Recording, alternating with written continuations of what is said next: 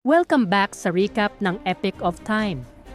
Ngayon ay tatalakayin natin ang 300, isang aksyon-drama tungkol sa matapang na hari ng Sparta at ang kanyang 300 mandirigma na humarap sa dambuhalang hukbo ng Persia.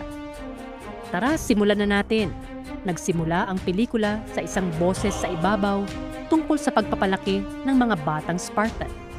Sa Sparta, kapag isinilang ang isang sanggol, sinusuri ito agad. Kapag mahina, may sakit, o may depekto, itinatapon ito sa bangin para mamatay. Tanging ang malalakas lang ang pinalalaki bilang tunay na mandirigma. Pagsapit ng 7 taong gulang, inihihiwalay ang mga batang lalaki sa kanilang ina at sinasanay sa matinding pagsubok. Binubugbog, giniginaw, at pinapabuhay mag-isa para patunayan na sila'y karapat-dapat maging Spartan. Isang araw, dumating ang isang sugo mula sa Persia na may dalang banta. Sumuko ang Sparta kay Xerxes, ang hari-diyos ng Persia o malilipol. Nang nagsalita si Reyna Gorgo, naiinis ang sugo. "Bakit nakikialam ang babae?" tanong niya. Sagot ni Gorgo, "Dahil ang mga babaeng Spartan ang nagluluwal ng tunay na lalaki." Nagalit ang sugo, pero si Haring Leonidas ay hindi natinag. Itinulak niya ang sugo sa isang malalim na balon at sumigaw, "This is Sparta." Ngunit ayon sa batas ng Sparta, kailangan munang kumonsulta ang hari sa mga pari ng orakulo. Ang orakulo ay isang magandang babae na ginagamit ng mga matandang pari para makita ang kinabukasan. Sinabi ng orakulo na hindi pwedeng magpadigma ang hari. Dismayado si Leonidas, kaya't gumawa siya ng paraan. Pumili siya ng 300 sundalo, mga pinakamatitigas sa Sparta, at lumakad paalis ng lungsod. Sa daan, sinalubong sila ng mga Arcadian na gustong tumulong sa laban. Tinanong ni Leonidas ang trabaho nila: iskultor, panday, at tagagawa ng palayok. Tinanong niya ang kanyang mga sundalo kung ano sila. Mandirigma. Sabay sigaw nila. Pagdating nila sa dalampasigan, nakita nila ang libu-libong barko ng Persya. Kinabukasan, sinalubong sila ng sugo ni Xerxes. Nang makita ng sugo na ang pader ng Spartan ay gawa sa mga bangkay ng kanilang mga tauhan, namutla ito. Putol ang braso, sabay sabing, ipaalam kay Xerxes, nagsimula na ang digmaan. Habang nagbabantay ang mga Spartan, lumapit si Ephialtes, isang kuba na gustong lumaban para sa Sparta. Pero hindi niya kayang gamitin ng tama ang kalasag, kaya hindi siya pinayagan.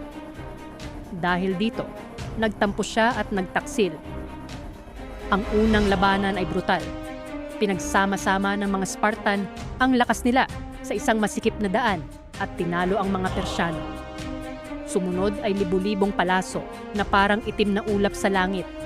Pero tinakpan lang ito ng mga Spartan gamit ang kanilang mga kalasag. Sa gitna ng pahinga, dumating si Xerxes. Malaki, kalbo, may piercings at suot na ginto. Inalok niyang magpasakop si Leonidas, pero tumanggi ito. "Pagod lang ang tuhod ko sa pagpatay."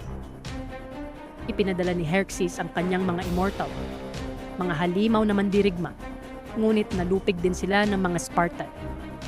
May mga halimaw, elepante, at rinoserong nilaban sa kanila, pero nanatili silang matatag. Sa isang laban, napatay ang anak ng kapitan ng Sparta. Ang amay humagulgol habang hawak ang kanyang anak. Samantala, si Ephialtes ay kinumbinsi ni Xerxes. Binigyan siya ng kayamanan, babae, alipin, at sayawan kapalit ng pagtataksil. Ibinunyag niya ang lihim na daanan ng mga Sparta. Habang abala si Leonidas, pinilit ni Theron si Reyna Gorgo na makipagtalik kapalit ng suporta sa konseho. Pumayag siya. Ngunit pagkatapos, binulgar ni Theron na siya'y isang taksil at siniraan ng Reyna. Sa harap ng konseho, sinaksak siya ni Gorgo at lumabas ang mga barya mula sa Persia sa bulsa nito. Nahuli ang traidor. Bumalik tayo sa labanan. Pinalibutan na ang 300 Spartan. Dumating muli si Xerxes at muling nag-alok ng pagsuko. nagkunwaring luluhod si Leonidas.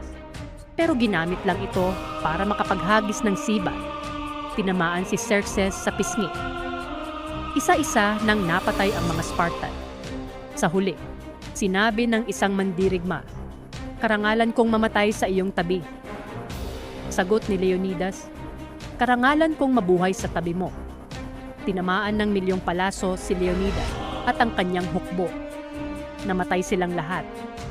Bumalik si Dilios sa Sparta, dala ang kwintas ng reyna at ang kwento ng kabayanihan nila. 1 taon matapos ang labanan, naging general siya ng bagong hukbo. Hindi lang 300, kundi libo-libo.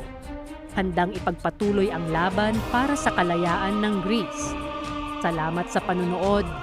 Kung nagustuhan mo ang recap na ito, huwag kalimutang i-like, mag-subscribe, at abangan ang susunod na kwento dito sa Epic of Time.